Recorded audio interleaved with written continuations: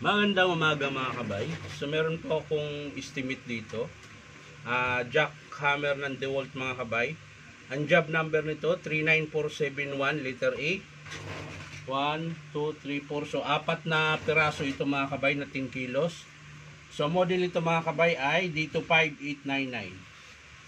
So ito, walang sinabi yung customer kung anong dahilan. Dahil sabi niya, pag dinala dito ay sira. Yan lang ang sabi nila. So ngayon, titesting natin.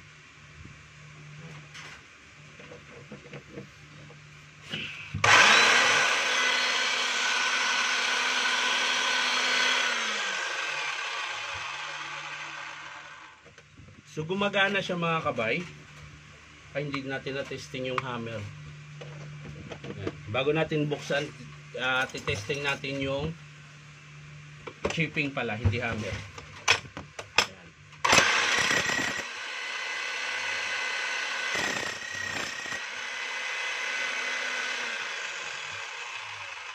So meron naman po siyang chipping. Ayan. Medyo malakas pa. Bali ang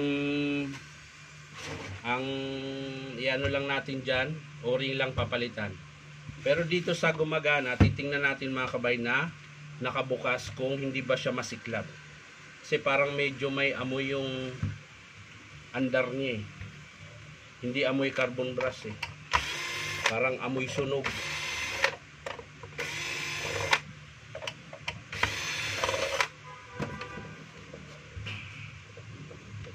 Tapos basag din yung motor cover mga kabay. Ayaw.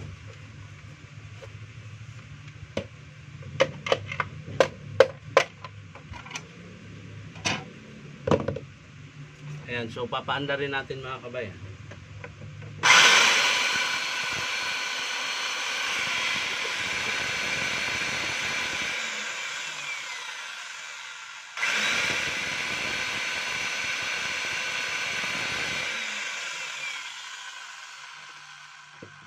So gumagana siya mga kabay, pero yan yung malakas po yung siklab. Ayan. So titingnan natin yan mga kabay kung anong dahilan. Bubuksan natin yan. Titingnan natin kung bakit siya masiklab.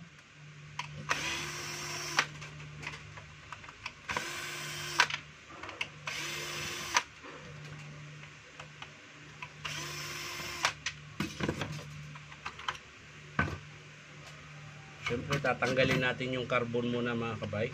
Ayan. So yung carbon niya mga kabay maiksi na rin. So kailangan na rin palitan yan. Hindi naman siya sobrang iksi, pero lagpas na siya sa kalahati. Ayan. So kailangan nating makita yung armature mga kabay, kung anong itsura ng armature, kung bakit siya masiklab.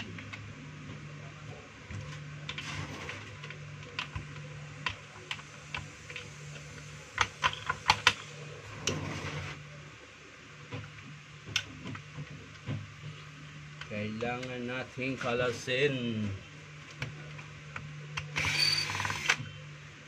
So sa mga gusto magpa-repair mga kabay, punta lang kayo dito sa Powerman Hardware, 530 T. Alonso, Santa Cruz, Manila.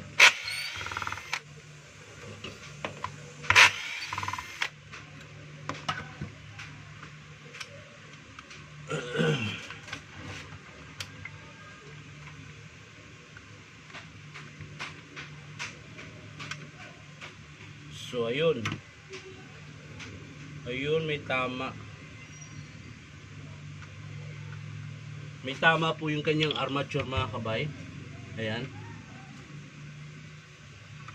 Ayan po, kung mapapansin nyo, to, ayan. Kaya po siya masiklab. Tapos pagdating naman dito sa winding mga kabay, ayan. Ito po, ayan.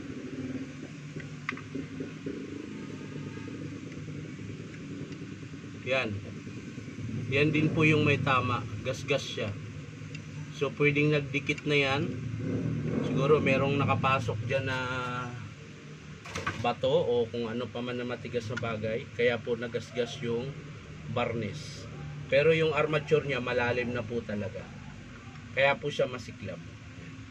So magpapalit po tayo ng armature mga kabay. Armature, tsaka yung motor cover, ayan po, basag. Check natin yung motor housing, gear. Ayan, basag din po ito. Ayan, tumatagas yung langis. So dito sa loob, hindi ko na po bubuksan yan siguro. Dahil gumagana naman po yung hammer. Yun nga lang, hindi siya ganun kalakas. Pero pag mga ganyan kasi mga kabay, halimbawa kung matagal na, mga 8 months or 1 taon mahigit, ang nasisira niyan kapag meron pa siyang hammer konti, ibig sabihin ang sira lang niyan ay yung o-ring, tsaka maaring yung connecting rod niyan maluwag na. So ang i-estimate ko dyan mga kabay, hindi ko nabubuksan dito, o-ring sa piston, sa striker, sa cylinder, at syempre yung sleeve dito sa loob. So hindi ko na po bubuksan mga kabay, dahil ang pinakasira lang naman niya talaga ay yung armature tsaka carbon brass. Ano pa ba? Sleeve, cord protector ito po. Yan.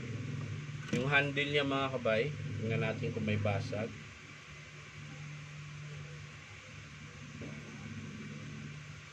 So yung handle niya mga kabay okay pa. Yung bearing naman okay pa. So yan lang po yan mga kabay ang papalitan. Bali, ulitin ko lang mga kabay, armature, cord protector, connecting rod, tsaka o-ring. So ipapakita ko sa inyo mga kabay kapag in-approve ito ng customer, dahil maliit lang naman po. Sigurado i-approve yan. Papakita ko sa inyo mga kabay kung paano baklasin yun, tsaka kung paano ikabit.